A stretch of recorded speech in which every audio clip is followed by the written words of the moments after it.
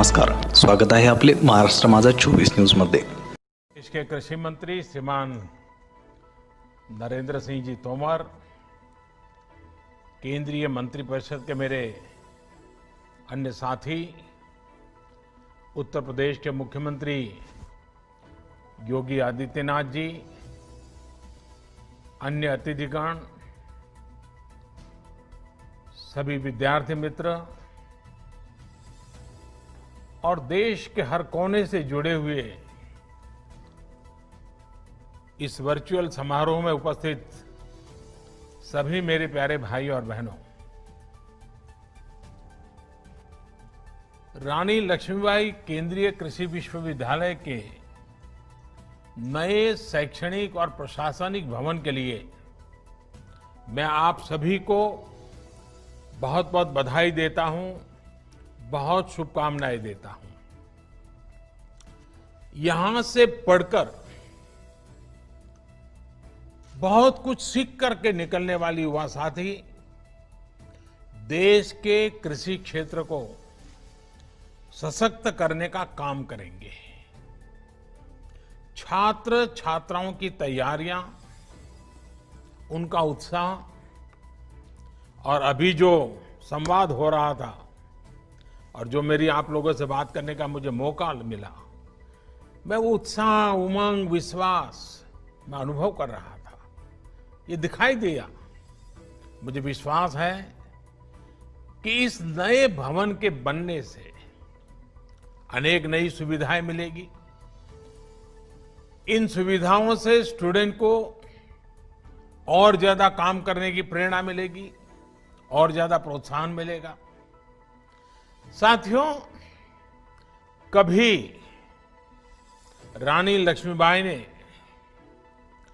बुंदेलखंड की धरती पर गर्जना की थी, मैं मेरी झांसी नहीं दूंगी।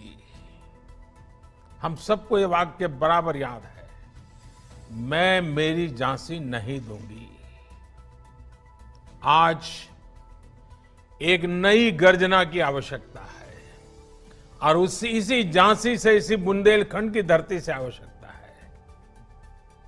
मेरी झांसी, मेरा बुंदेलखंड आत्मनिर्भर भारत अभियान को सफल बनाने के लिए पूरी ताकत लगा देगा, एक नया अध्याय लिखेगा। इसमें बहुत बड़ी भूमिका कृषि की है, एग्रीकल्चर की है। जब हम कृषि में आत्मनिर्भरता की बात करते हैं तो ये सिर्फ खाद्यान्न तक ही सीमित नहीं है, बल्कि ये गांव की पूरी अर्थव्यवस्था की आत्मनिर्भरता की बात है। ये देश के अलग अलग हिस्सों में खेती से पैदा होने वाले उत्पादों में वैल्यू एडिशन करके देश और दुनिया के बाजारों में पहुंचाने का मिशन है। कृषि में आत्मनिर्भरता का लक्ष्य किसानों को एक उत्पादक के साथ ही उद्यमी बनाने का भी है। जब किसान और खेती उद्योग की भांति आगे बढ़ेगी तो बड़े स्तर पर गांव में और गांव के पास ही रोजगार और स्वरोजगार के अवसर तैयार होने वाले हैं। साथियों, इस समय और जब हम इस संकल्प के साथ ही हाल में कृषि से जुड़े ऐतिहासिक रिफॉर्म्स ये सरकार लगातार कर रही है। कई रिफॉर्म्स किए गए हैं।